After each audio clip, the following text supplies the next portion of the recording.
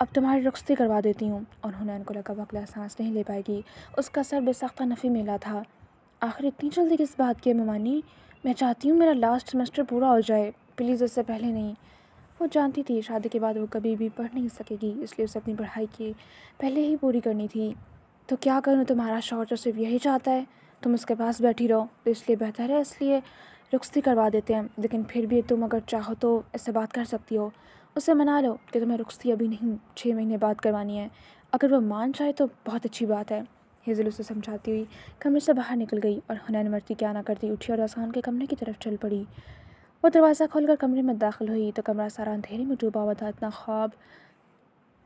اتنا خوفناک ماحول دیکھ کر حنین کا سانس رکا تھا۔ وہ دروازہ آہستہ سے بند کرتی ہوئی بیڈ تک آئی جہاں وہ اوندے منہ تکیے میں منہ چھپائے لیٹا پڑا تھا، صرف ڈم لائٹ چل رہی تھی اس لیے وہ اذہان کو دیکھ پا رہی تھی۔ اس نے بہت نرمی سے اذہان کے کندھے پر ہاتھ رکھا، اس سے پہلے وہ کوئی لفظ ادا کرتی ایک لمحے سے پہلے اس کا ہاتھ اپنے کندھے سے پکڑے وہ سیدھا ہوا تھا اور اس افتاد پر حنین بری طرح بوکھلائی تھی۔ اگلے ہی لمحے بنا حنین کو سوچے سمجھنے کا موقع دیے وہ اسے اپنی طرف کھینچ چکا تھا اور حنین اس کے کشادہ سینے سے جا ٹکرائی۔ اس کے بال سارے دونوں اطراف میں سایہ فگن ہوئے تھے۔ اس نے بہت مشکل سے اذہان کے سینے پر ہاتھ رکھا اور خود کو بیلنس کیا۔ دونوں کے چہرے بے حد پاس تھے، اتنا کہ اس کے چہرے پر اذہان کی جھلستی ہوئی سانسیں پڑ رہی تھیں۔ وہ اسے اتنی سختی سے گھور رہا تھا کہ حنین کو اپنے بدن میں خوف سرایت کرتا محسوس ہوا۔ اس کا ایک ہاتھ سختی سے حنین کی کمر کے گر تھا۔ میرے منع کرنے کے باوجود بھی تم گئی اور پھر واپس نہیں آئی؟ سختی سے اپنی انگلیاں اس کے بالوں میں الجھائے وہ جنونی لہجے میں سوال پوچھ رہا تھا اور حنین اندر تک خوف سے کپ کپا اٹھی۔ میں اس نے کچھ کہنے کی کوشش کی لیکن اذہان کی انگلی اس کے ہونٹوں تک آئی۔ حنین حرکت بھی نہیں کر پا رہی تھی، وہ اتنی بری طرح سے اس کے شکنجے میں تھی۔ تم نے غلطی کی ہے اور اس غلطی کی کوئی معافی نہیں ہے۔ جب میں نے منع کیا تھا کہ تم نہیں جاؤ گی تو پھر بھی تم گئی اور تم نے کہا تم واپس آؤ گی لیکن تم نہیں آئی۔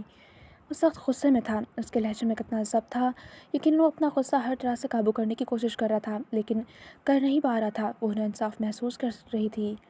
تم نے میری بات نہیں مانی، اس کی سزا تو تمہیں ملے گی۔ سختی سے ایک ایک لفظ کہتے ہوئے وہ اگلے ہی لمحے اس کے ہونٹوں پر پوری شدت سے جھکا تھا اور حنین کا سانس حلق میں ہی اٹک گیا۔ اس نے سانس لینے کی کوشش کی لیکن اس کا دم گھٹنے لگا۔ اس نے اذہان کو خود سے دور کرنے کی کوشش کی اور اذہان کو اس کی یہ کوشش جیسے بہت زیادہ ناگوار گزری تھی۔ اگلے پل اس کا ہاتھ جو حنین کے بالوں میں تھا، اس ہاتھ سے اس نے حنین کے بالوں پر گرفت کافی مضبوط کی، اتنی کہ حنین پھڑپڑا بھی نہ سکی۔ بہت دیر کے بعد وہ خود پر قابو پاتا پیچھے ہوا اور حنین کا چہرہ سفید پڑ گیا۔ اسے سانس لینے میں تکلیف ہو رہی تھی، اپنا سینہ مسلتی ہوئی وہ سانس لینے کی کوشش کر رہی تھی۔ اس کے دونوں ہاتھ جنہیں اس نے اذہان کے سینے پر رکھا ہوا تھا، ان دونوں ہاتھوں میں طاقت ختم ہوئی۔ وہ ایک ہی جھٹکے سے اذہان کے سینے پر گری تھی اور بہت بری طرح سے ہانپ گئی تھی۔ اذہان کا ہاتھ اس کے بالوں تک آیا اور دوبارہ اس کے بالوں میں انگلیاں چلانے لگا۔ اگر آج کے بعد میری بات نہیں مانی تو اس سے زیادہ بھیانک سزا ہوگی۔ اس کے کان میں سختی سے سرگوشی کی۔ اس نے حنین کو کپ کپانے پر مجبور کیا اور حنین کے حواس جیسے سلب کر لیے گئے۔ بہت مشکل سے اپنی حالت پر قابو پاتی ہوئی وہ اس سے کچھ دور ہوئی۔ مجھے آپ سے بہت ضروری بات کرنی ہے۔ اس کا لہجہ کانپ رہا تھا جو اذہان محسوس کر سکتا تھا۔ اس سے پہلے وہ اگلا لفظ ادا کرتی اذہان کی انگلی دوبارہ اس کے لبوں پر آئی۔ سب سے پہلے تو مجھے تمہارے ہاتھوں سے کچھ کھانا ہے، اس کے بعد بات کریں گے۔ وہ جیسے فی الحال حنین کی کوئی بات سننے کے موڈ میں نہیں تھا اور حنین بے بسی سے اسے دیکھتی رہ گئی۔ 2 منٹ بعد بنا کچھ کہے وہ اٹھی، اپنا دوپٹہ گلے میں ڈالتی وہ کمرے سے باہر نکل گئی۔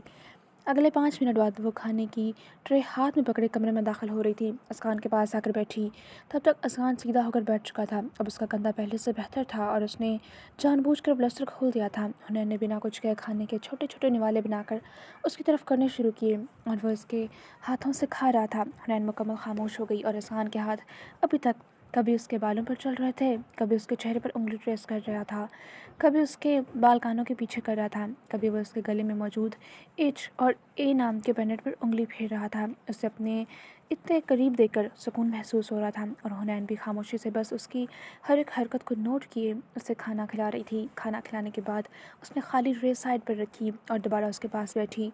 مجھے آپ سے ایک بات کرنی ہے۔ اس نے دوبارہ اذہان کا دھیان اپنی بات کی طرف کیا۔ تم 2 دن سے کہاں غائب تھی؟ اذہان نے اتنی سختی سے سوال پوچھا کہ حنین کی زبان تالوں سے چپک گئی۔ اب وہ اسے کیا کہتی؟ مجھے تو لگا تھا کہ تم کھو گئی ہو، میں تو بس اعلان کروانے والا تھا کہ میری بیوی غائب ہو گئی ہے۔ اب وہ طنز کر رہا تھا۔ حنین نے بے بسی سے اس کی طرف دیکھا۔ میر پلیز میری بات، اس کی بات وہ درمیان میں ہی کاٹ گیا۔ پہلے یہ بتاؤ مجھ سے دور کیوں بھاگ رہی تھی؟ اسے ایک جھٹکے سے اپنے قریب کھینچتے ہوئے اس کے بال دوبارہ اس کے چہرے سے پیچھے کرنے لگا، جس کا صاف مطلب تھا پہلے میری بات کا جواب دو، مجھے مناسب نہیں لگتا بنا رخصتی کے اس طرح آپ کے کمرے میں زیادہ ہوں۔ وہ بھی سنجیدگی سے بتا چکی تھی اور اسقان کی آنکھوں میں یہ ناگواری در آئی۔ تو تمہیں یہ مسئلہ ہے؟ اس نے سختی سے پوچھا۔ حنین نے اس بار بنا ڈرے اس بات میں سر ہلایا۔ ٹھیک ہے تو تمہاری میں رخصتی لینا چاہتا ہوں، ابھی اسی وقت۔ وہ اچانک ہی بولا تھا اور حنین اندر تک خوف سے لرز پڑی۔ اس نے نفی میں سر ہلایا۔ میں آپ سے یہی بات کرنا چاہتی ہوں لیکن آپ میری بات سن ہی نہیں رہے۔ وہ ایک ہی سانس میں بول گئی۔ اسقان بھی اس بار خاموش رہا۔ میرا صرف لاسٹ سیمسٹر رہ گیا ہے، میں چاہتی ہوں پہلے وہ پورا کر لوں، اس کے بعد بے شک آپ رخصتی کروا لیجیے گا، پلیز اس سے پہلے نہیں۔ وہ جیسے اس شخص کے سامنے مکمل طور پر فریاد کر رہی تھی۔ اسقان کا دھیان بس اس کے کان کی طرف تھا جس میں چھوٹا سا ٹاپس پہن رکھا تھا۔ تو میں کون سا تمہیں پڑھائی کے لیے منع کر رہا ہوں، جیسے مرضی پڑھتی رہنا۔ اس کے ایئر رنگ کے ساتھ چھیڑ چھاڑ کرتے ہوئے وہ پرسکون لہجے میں بولا تھا۔ لیکن شادی کے بعد پڑھائی نہیں کی جاتی نا۔ وہ جانتی تھی شادی کے بعد وہ کبھی بھی پڑھ نہیں پائے گی۔ اسقان نے اسے غصے سے گھورا۔ نہیں، تم کہنا کیا چاہتی ہو کہ میں تمہیں پڑھنے نہیں دوں گا یا کوئی چھوٹا بچہ ہوں جو تمہاری کتابیں پھاڑ دوں گا؟ اسقان تلخ ہوا تھا۔ حنین نے نفی میں سر ہلایا۔ آپ غلط سمجھ رہے ہیں، میری بات سمجھنے کی کوشش تو کریں۔ اس سے پہلے وہ اپنی بات پوری کرتی اسقان نے ایک جھٹکے سے اسے خود سے دور دھکیلا تھا۔ مجھے کچھ نہیں سمجھنا، تمہیں میرا اپنے قریب ہونا اتنا ناگوار گزرتا تو جاؤ، چلی جاؤ یہاں سے، اور خبردار اگر آج کے بعد میرے کمرے میں داخل ہوئی کوشش کرنا میری آنکھوں کے سامنے مت آنا، ورنہ اس دن تمہیں بخشوں گا نہیں۔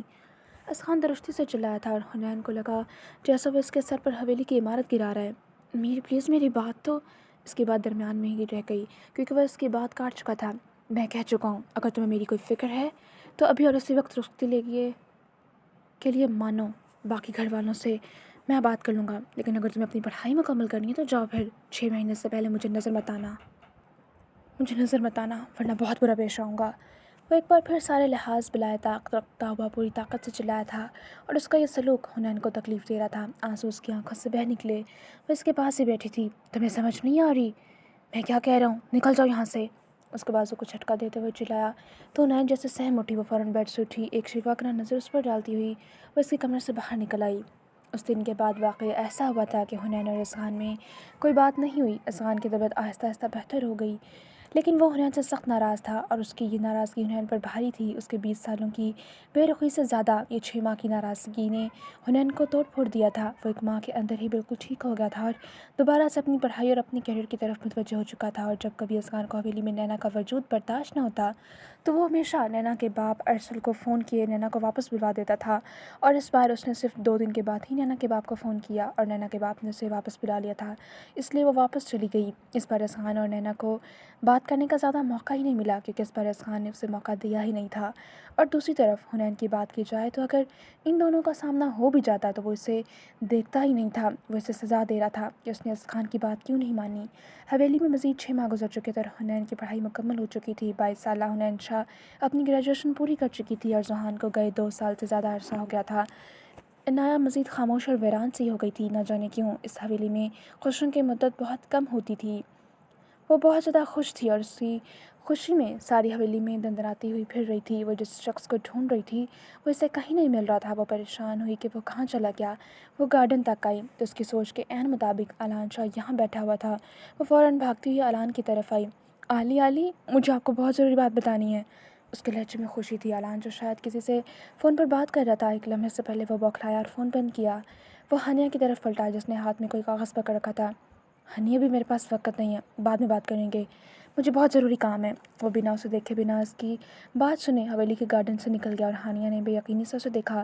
کافی دنوں سے اس کا رویہ ہانیہ کے ساتھ بہت اکھڑا سا تھا۔ وہ ہانیہ سے ٹھیک سے بات ہی نہیں کر رہا تھا، ہر وقت وہ ہانیہ سے بھاگتا تھا جیسے اسے ہانیہ سے بات کرنے میں کوئی دلچسپی نہیں۔ ہانیہ نے بے یقینی سے اپنا رزلٹ کارڈ دیکھا اور اسی بے یقینی سے علان کی پوسٹ کو دیکھا جب گاڑی میں بیٹھ رہا تھا اور 2 منٹ بعد گاڑی حویلی سے باہر نکل گئی تھی۔ کتنے ہی آنسو تھے جو ہانیہ کی آنکھوں سے بے مول ہوتے گالوں پر پھسل رہے تھے۔ وہ اسے یہ بتانے کے لیے آئی تھی کہ اس کے انٹر کا رزلٹ کتنا اچھا آیا ہے، لیکن علان اس کی کوئی بات سننے کا روادار نہیں تھا۔ 2 مہینے سے اس کا رویہ بہت بدل گیا تھا۔ وہ علان جو ہانیہ پر جان چھڑکتا تھا اب اسے ہانیہ کے ہونے یا نہ ہونے سے کوئی فرق ہی نہیں پڑتا تھا، اور ہانیہ کا دل جیسے کسی انہونی کے خیال سے دھڑک رہا تھا۔ اسے لگ رہا تھا جیسے کچھ بہت برا ہونے والا ہے۔ وہ کمرے میں بیٹھی اس وقت اپنی اسائنمنٹ بنا رہی تھی جب رائم کمرے میں داخل ہوا۔ اس نے بہت ہی آہستگی سے دروازہ بند کیا اور قدم قدم چلتا وہ رانیہ کے پاس آیا۔ وہ اس کی آمد سے بے خبر اسٹڈی ٹیبل پر جھکی ہوئی بہت ہی انہماک کے ساتھ اپنی اسائنمنٹ بنا رہی تھی۔ رائم اس کے بالکل پیچھے آ کر کھڑا ہوا، اپنے ہونٹ اس کے کان کے پاس کیے۔ Happy birthday to you میری جان، اس نے اتنی آہستگی سے سرگوشی کی کہ رانیہ ساکت رہ گئی، اس کے ہاتھ بھی ساکت رہ گئے۔ اس نے اسی بے یقینی سے چہرہ موڑتے رائم کو دیکھا جو اس کے بہت پاس کھڑا تھا، اتنا کہ اس کی سانسیں رانیہ کے چہرے پر پڑ رہی تھیں۔ وہ گزرتے ہر ایک دن کے ساتھ مزید حسین ہوتی جا رہی تھی اور رائم کے دل میں اس کے عشق مزید بڑھتا جا رہا تھا۔ اس نے نرمی سے رانیہ کے دائیں گال پر لب رکھے اور رانیہ جیسے ہوش میں آئی فوراً کرسی سے اٹھی۔ آپ کو میرا برتھ ڈے یاد تھا؟ وہ بے حد حیران تھی۔ رائم مسکراتے ہوئے اس کے مزید قریب ہوا۔ تمہیں کیا لگا اتنا خاص دن بھول سکتا ہوں؟ وہ اس کے بالوں میں ہاتھ پھیر رہا تھا اور رانیہ کے چہرے پر مسکراہٹیں بکھر گئیں۔ وہ اگلے ہی لمحے اس کے سینے سے آ لگی۔ آپ بہت اچھے ہیں، وہ دل سے تعریف کر رہی تھی تو رائم مسکرا اٹھا۔ اس کا ایک ہاتھ رانیہ کی کمر کے گرد آیا۔ آج اس کی پکڑ میں بہت شدت تھی جو رانیہ نے محسوس کی۔ وہ اسے پوری شدت سے اپنے سینے سے لگا چکا تھا، پھر اس کے ماتھے پر لب رکھے۔ تمہیں پتہ ہے تم میری زندگی ہو، میں تم سے صرف محبت نہیں کرتا، تم میرا عشق ہو، تم نہیں جانتی نیا تم میرے لیے کیا ہو۔ وہ بے بسی سے اس کے کان میں سرگوشی کرتے ہوئے جیسے بتا رہا تھا اور رانیہ سر سے لے کر پاؤں تک سرخ پڑی تھی۔ اب تم سے دور نہیں رہا جاتا، دل چاہتا ہے تمہیں اپنے سینے میں بسا لوں۔ رائم کچھ پیچھے ہوا اور رانیہ کی آنکھوں میں جھانکا۔ رائم کی اوشن بلیو آنکھوں میں اس کے لیے صرف چاہت تھی، عشق تھا، جنون تھا جو رانیہ صاف محسوس کر سکتی تھی۔ اور رائم اس کے چہرے پر جھکا تھا اور رانیہ نے فوراً اس کے کالر کو مٹھیوں میں دبوچا۔ اس کے عشق میں دن بدن شدت پسندی آتی جا رہی تھی جو رانیہ ہر گزرتے دن کے ساتھ محسوس کرتی تھی۔ تم کب میرے پاس آؤگی؟ اب مجھ سے انتظار نہیں ہوتا، بے بسی سے کہتے ہوئے سرگوشی کر رہا تھا تو رانیہ مسکرا اٹھی۔ بس کچھ عرصے کی بات ہے، میری پڑھائی مکمل ہو جائے گی، پھر بے شک آپ شادی کروا لیجیے گا۔ اس نے دوبارہ اپنا سر رائم کے سینے پر رکھا۔ تمہیں مجھ پر کتنا بھروسہ ہے؟ وہ چہرہ اوپر چھت کی طرف کیے اس کے بالوں میں انگلیاں چلاتے ہوئے نہ جانے کیا جاننا چاہ رہا تھا۔ مجھے آپ پر پورا بھروسہ ہے، سب سے زیادہ بھروسہ ہے۔ اسے سمجھ نہ آئی رائم نے یہ سوال کیوں پوچھا۔ رائم کے چہرے کی مسکراہٹ گہری ہوئی تھی۔ بس اسی طرح مجھ پر ہمیشہ بھروسہ کرنا۔ ایک بات یاد رکھنا، تم میری آدھی دنیا ہو، میں تم پر ایک خراش بھی برداشت نہیں کر سکتا نیا، اور تمہیں تکلیف دینے کے بارے میں تو سوچ بھی نہیں سکتا، اور تمہاری مرضی کے بنا میں کبھی بھی اپنی کوئی حد پار نہیں کروں گا اور نہ ہی تمہاری مرضی کے بنا شادی کروں گا۔ وہ جیسے اسے یہ مان بخش رہا تھا کہ جب وہ چاہے گی رخصتی تب ہی ہوگی، اور کسی نے رانیہ کے سینے میں ٹھنڈک اتاری تھی۔ اس لیے تو میں کہتی ہوں آپ بہت اچھے ہیں۔ وہ کھلکھلا کر ہنسی تھی تو رائم بھی مسکرا اٹھا۔ تم میرے اچھے ہونے کا بہت زیادہ ناجائز فائدہ اٹھاتی ہو، فکر مت کرو، ایک بار آنے دو میری دسترس میں، تم سے سارے بدلے لوں گا۔ وہ بھی جیسے شریر ہوا تھا اور اس کی باتوں کا مطلب سمجھتی رانیہ اس کے سینے میں چہرہ چھپائے اپنی شرم کو قابو کرنے کی کوشش میں تھی۔ وہ اس بار رائم کا کہکا پورے کمرے میں گونجا تھا۔ پھر اچانک سے کچھ یاد آیا، اس نے اپنی پاکٹ سے کچھ نکالا اور رانیہ سے کچھ فاصلے پر کھڑا ہوا۔ لاؤ اپنا ہاتھ آگے کرو۔ رانیہ نے حیرت سے اسے دیکھا۔ کیوں، کیا ہوا؟ اس کے معصوم سوال پر رائم دل کھول کر مسکرایا تھا، پھر خود ہی اس کا ہاتھ پکڑ لیا۔ خود ہی دیکھ لو، مسکراہٹ کے سنکیت اس نے رانیہ کے ہاتھ میں ایک بہت خوبصورت بریسلٹ پہنایا تھا۔ وہ بہت خوبصورت وائٹ ڈائمنڈ کا بریسلٹ تھا۔ کیسا ہے؟ رائم نے چمکتی آنکھوں کے ساتھ پوچھا۔ وہ اس کی سفید دھوتیا کلائی پر بہت خوبصورت لگ رہا تھا، جچ گیا تھا۔ یہ بہت خوبصورت ہے، لیکن مجھے تو آپ سے ایک رنگ چاہیے تھی۔ اسے یاد آیا اس نے رائم سے ایک رنگ کی فرمائش کی تھی۔ فکر مت کرو، وہ بھی لا دوں گا، محبت سے کہتے وہ رانی کی کلائی پر لب رکھ چکا تھا۔ بہت خوبصورت لگ رہی ہو، دل چاہتا ہے ساری دنیا سے چھپا لوں۔ وہ اسے دوبارہ اپنے سینے سے لگائے سرگوشی کر گیا اور رانیہ نے پرسکون سانس لی۔ وہ بہت خوش تھا، خدا نے اسے بہت اچھا شوہر عطا کیا تھا۔ کچھ دن مزید سرک گئے تھے۔ یہ رات کا پہر تھا، وہ نیند میں بے چین تھی، آنکھوں کے سامنے ماضی کے منظر دھندلے ہوئے چل رہے تھے۔ اس نے ان مناظر کو دیکھنے کی کوشش کی، آہستہ آہستہ وہ مناظر واضح ہوتے گئے اور وہ ذہان سمندر کے کنارے ننگے پاؤں چل رہے تھے۔ ذہان نے مضبوطی سے اس کا ہاتھ پکڑ رکھا تھا۔ آج آپ کی سالگرہ ہے اور آپ مجھے ٹریٹ نہیں دے رہے، وہ جیسا شکوہ کر رہی تھی۔ اسے یاد آیا ذہان کی سالگرہ کا دن تھا اور وہ اس دن پورے 29 سال کا ہوا تھا۔ ذہان رکا، پھر اس کی طرف پلٹا۔ تمہیں ایک ہی شرط پر ٹریٹ ملے گی۔ ارے ٹریٹ کیا؟ یہ پورا ذہان احمد شاہ تمہارا ہوا، لیکن اس کے لیے پہلے تمہیں آج سرخ رنگ کا ڈریس پہننا ہوگا۔ تمہیں پتہ ہے نا کہ سرخ رنگ تم پر کتنا اچھا لگتا ہے، اس لیے پہلے آج میرے لیے تیار ہو، پھر اس کے بعد ہم ٹریٹ پر بات کریں گے۔ اور اس کی بات پر عنایہ نے منہ پھلایا تھا۔ بس جب دیکھو اپنی مرضی ہی کرتے رہتے ہیں۔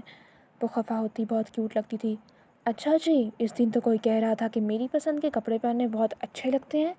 وہ ایک بار پھر اسے اسی دن کا حوالہ دے رہا تھا جس دن عنایا نے ذہان کے چہرے پر تھپڑ مارا تھا اور عنایا کی آنکھوں میں خفگی کے ساتھ غصہ کود آیا۔ بس اب اس دن کا تانا دینا نہیں چھوڑیں گے۔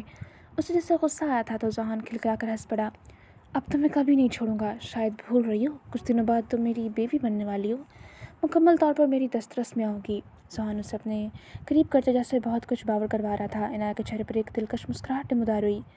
یہ عنایا ذہان احمد شاہ خود آپ کے دسترس میں آنا چاہتی ہے، اسی لیے آ رہی ہے، ورنہ آپ چاہ کر بھی زبردستی مجھے کسی رشتے میں باندھ نہیں سکتے۔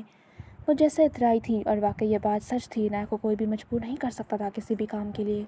اچھا جی، ایسی بات ہے تو پھر اپنی مرضی سے میرے لیے سرخ رنگ کا ڈریس پہنو، انفیکٹ ریڈ کلر کی فراک، تو ہی پتہ چلے گا کہ تم میری کتنی بات مانتی ہو۔ میں تمہیں اپنی ہر سالگرہ پر سرخ رنگ کی فراک میں دیکھنا چاہتا ہوں۔ ذہان نے اسے جیسے چیلنج دیا مگر ساتھ اپنی خواہش بھی بتائی۔ اب وہ خفگی سے اس کے سینے پر مکہ مارتی کچھ کہہ رہی تھی اور وہ کہکا لگا کر ہنس رہا تھا، لیکن منظر ایک بار پھر دھندلے ہو گئے۔ اس کی آنکھ ایک جھٹکے سے کھلی تھی، وہ اٹھ کر بیٹھی تو سارا چہرہ پسینے سے تر ہو چکا تھا۔ اس نے حیرت سے آس پاس دیکھا تو دن کے 10 بجے کا وقت تھا، لیکن کمرے میں اندھیرا تھا کیونکہ کھڑکیوں کے پردے برابر تھے۔ وہ ایک جھٹکے سے کمبل پھینکتی ہوئی بیڈ سے اٹھی اور فوراً کیلنڈر کی طرف آئی۔ اس نے ڈیٹ دیکھی تو حیران رہ گئی۔ آج ذہان کی سالگرہ تھی۔ اس نے یاد کرنے کی کوشش کی تو یاد آیا ذہان آج پورے 32 سال کا ہو چکا تھا، لیکن وہ تھا کہاں؟ پلیز خدا کے لیے اب تو واپس آ جائیں، وہ پوری طاقت سے چلائی تھی، لیکن اس کی آواز کمرے کے در و دیوار سے ٹکراتی ہوئی واپس آ جاتی تھی۔ کچھ دیر بے بسی سے اس کمرے کو دیکھتی رہی، پھر وہ فوراً ڈریسنگ روم میں داخل ہوتی کبرڈ کی جانب بھاگی تھی۔ کبرڈ سے خوبصورت سرخ رنگ کی فراک نکالے وہ واش روم کی طرف بھاگی اور اگلے آدھے گھنٹے بعد وہ سرخ رنگ کی فراک پہنے اپنے بال سارے کھلے چھوڑے چہرے پر ہلکا سا میک اپ کیے کمرے سے باہر نکلی تھی۔ پورے 2 سال بعد وہ اس ہولیے میں کمرے سے باہر نکلی تھی۔ آج ذہان کی سالگرہ تھی اور وہ اس کے لیے اپنے ہاتھوں سے کیک تیار کرے گی۔ اس نے کہا تھا اگر تم سرخ رنگ کی فراک پہنو گی تو یہ سارے کا سارا ذہان احمد شاہ تمہارے لیے حاضر ہو جائے گا۔ اب اسے جاننا تھا کہ کیا آج واقعی ذہان آتا ہے یا نہیں۔ ہانیہ جیسے سیڑھیاں اترتی نیچے آئی تو اس نے دیکھا کہ اعلان لاؤنج میں داخل ہو رہا تھا۔ اس کے ساتھ کچھ لوگ تھے۔ لاؤنج میں ایک سائڈ پر ہیزل اور بالاج بیٹھے ہوئے تھے اور وہ انہیں فون کے بتا چکا تھا کہ اس کے ساتھ کوئی خاص مہمان آ رہے ہیں، اور ہیزل کے ساتھ بالاج دیکھ رہا تھا کہ وہ کس کو اپنے ساتھ لایا ہے۔ ہانیہ نے دیکھا کوئی آدمی تھا 30-32 سالہ، اس کے ساتھ ایک 20-22 سالہ لڑکی تھی اور ان کے ساتھ ایک عورت بھی تھی۔ وہ سارے لاؤنج کے صوفے پر بیٹھے۔ اعلان، یہ سب کون ہے اور تمہیں ہم سے کیا ضروری بات کرنی تھی؟ پلاش نے سنجیدگی سے اسے مخاطب کیا۔ ہانیہ کے پیچھے رانیہ اور حنین بھی نیچے آ گئیں کیونکہ فریال اور شاویز بھی ایک سائڈ پر بیٹھے ہوئے تھے۔ نہ جانے اعلان نے کیوں سب کو اکٹھا کر رکھا تھا۔ اعلان نے ایک نظر فریال اور شاویز کو دیکھا۔ یہ نمل ہے، میری یونیورسٹی فیلو، میں اسے پسند کرتا ہوں اور اس سے شادی کرنا چاہتا ہوں۔ اعلان کے الفاظ تھے کہ پگھلتا ہوا سیسا جو ہانیہ کے کانوں میں اترا تھا۔ ہانیہ کو لگا کسی نے اس کے سر پر آسمان پھوڑ دیا ہے۔ اس سے زیادہ برا حال رانیہ اور حنین کا تھا۔ دونوں کی نظریں ٹکرائیں۔ ان دونوں کو اعلان سے یہ امید نہیں تھی کہ بلکہ اس حویلی میں کسی کو بھی اعلان سے یہ امید نہیں تھی۔ ہانیہ اور اعلان کی بانڈنگ اتنی اچھی تھی کہ کوئی سوچ بھی نہیں سکتا تھا کہ اعلان دوسری شادی کی بات کرے گا، اور ہانیہ کا سانس آنا رک گیا۔ وہ بے یقینی سے نفی میں سر ہلاتی جیسے نڈھال ہوئی تھی۔ اس سے پہلے وہ سیڑھیوں سے گر جاتی۔ حنین اور رانیہ نے اسے دونوں طرف سے پکڑا تھا۔ اس کی نظر صرف اعلان کی طرف تھی جو اس کی طرف نہیں دیکھ رہا تھا۔ بالاج اور شاویز دونوں کے وجود میں جیسے کسی نے آگ بھڑک دی۔ یہ تم کیا کہہ رہے ہو؟ تم ہوش میں تو ہو؟ بالاج غصے سے گر جا تھا اور فریال کا سانس رک گیا۔ اس کی نظر سیڑھیوں میں کھڑی ہانیہ پر گئی۔ اسخان سے امید کی جا سکتی تھی لیکن کسی کو اعلان سے امید نہیں تھی کہ وہ دوسری شادی کی بات کرے گا۔ تم میری بیٹے کے ساتھ ایسا کیسے کر سکتے ہو اعلان؟ فریال کے لہجے میں سارے جہان کی تکلیف تھی، اور اعلان نے صرف ایک نظر فریال کی نظر کے تعاقب میں ہانیہ کو دیکھا۔ اگلے ہی پل وہ چہرہ موڑ گیا اور کسی نے ہانیہ کا سانس روکا تھا۔ وہ وہیں سیڑھیوں میں گری تھی۔ حنین اور رانیہ نے اسے بہت مشکلوں سے پکڑا۔ ہانی کیا ہوا؟ وہ دونوں اس کا گال تھپتھپا رہی تھیں اور ہانیہ نے بہت مشکلوں سے آنکھیں کھولی۔ حنین اور رانیہ نے اسے کندھوں سے پکڑ اٹھایا۔ اس نے ایک شکوہ کناں نظر اعلان پر ڈالی اور بنا کچھ کہے سیڑھیاں عبور کر گئی۔ آنکھوں سے اشک بہتے گالوں پر رواں تھے۔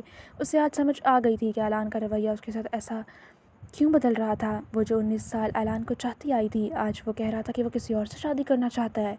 آخر کیا کمی رہ گئی تھی ہانیہ کی محبت میں؟ وہ اس سے محبت نہیں کرتی؟ کیا وہ اسے سمجھتی نہیں تھی؟ ہانیہ نے اپنے 19 سالہ زندگی اعلان کی پسند کے حساب سے جینا چاہی اور آج وہ کہہ رہا تھا کہ وہ کسی اور سے شادی کرنا چاہتا ہے۔ سب نے بے بسی سے سیڑھیوں کے دہانے پر دیکھا۔ اس سے پہلے کوئی کچھ بات کرتا، عنایا مسکراتی ہوئی سیڑھیاں اترتی نیچے آئی۔ وہ کچھ گنگنا رہی تھی۔ سب نے بے حد بے یقینی سے عنایا کا یہ روپ دیکھا۔ وہ سر سے لے کر پیر تک بدلی ہوئی تھی۔ سرخ رنگ کی فراک پہنے، چہرے پر ہلکا سا میک اپ کیے، سرخ رنگ کی لپسٹک لگائے، کلائیوں میں بھر بھر کر چوڑیاں، گلے میں ذوحان کے نام کا لاکٹ، اور بال سارے کھول رکھے تھے جو اس کے خاص تک آ رہے تھے۔ کانوں میں ہینڈ فریز لگائے ہوئے یقیناً کوئی گانا سن رہی تھی۔ اس کے چہرے پر سارے جہان کی خوشی تھی۔ بالاج، ہیزل، فریال اور شاویز نے بے یقینی سے اس کا یہ حال دیکھا۔ اسے کیا ہوا تھا؟ وہ اتنی خوش کیوں تھی؟ 2 سال سے زیادہ عرصہ ہو گیا تھا اس نے سرخ رنگ نہیں پہنا تھا، اور آج اتنے عرصے بعد وہ سرخ رنگ کی فراک پہنے سیڑھیاں اترتی ہوئی بنا کسی کی طرف دیکھے کچن میں داخل ہوئی۔ لیکن اس مرد کی نظروں سے اس کا یہ سراپا مخفی نہ رہ سکا۔ وہ نمل کا بڑا بھائی تھا۔ اس نے بہت غور سے عنایا کا یہ سراپا دیکھا، اور اگلے ہی پل عنایا کی چمکتی ہوئی اوشن بلیو آنکھیں اور اس کا خوبصورت نازک سراپا، اف کیا غضب تھی! وہ اس کے دل کے سارے تار چھیڑ گئی تھی۔ رانیہ اور حنین بھی ہانیہ کے پیچھے اوپر چڑھ گئیں۔ عنایا کچن میں جا چکی تھی اور اس وقت ملازمہ کے سر پر کھڑی سارا سامان نکلوا رہی تھی، اور وہ خود آج کیک بنانا چاہتی تھی، اپنی قسمت سے بے خبر کہ اس کے ساتھ کیا ہونے والا ہے۔ جاری ہے۔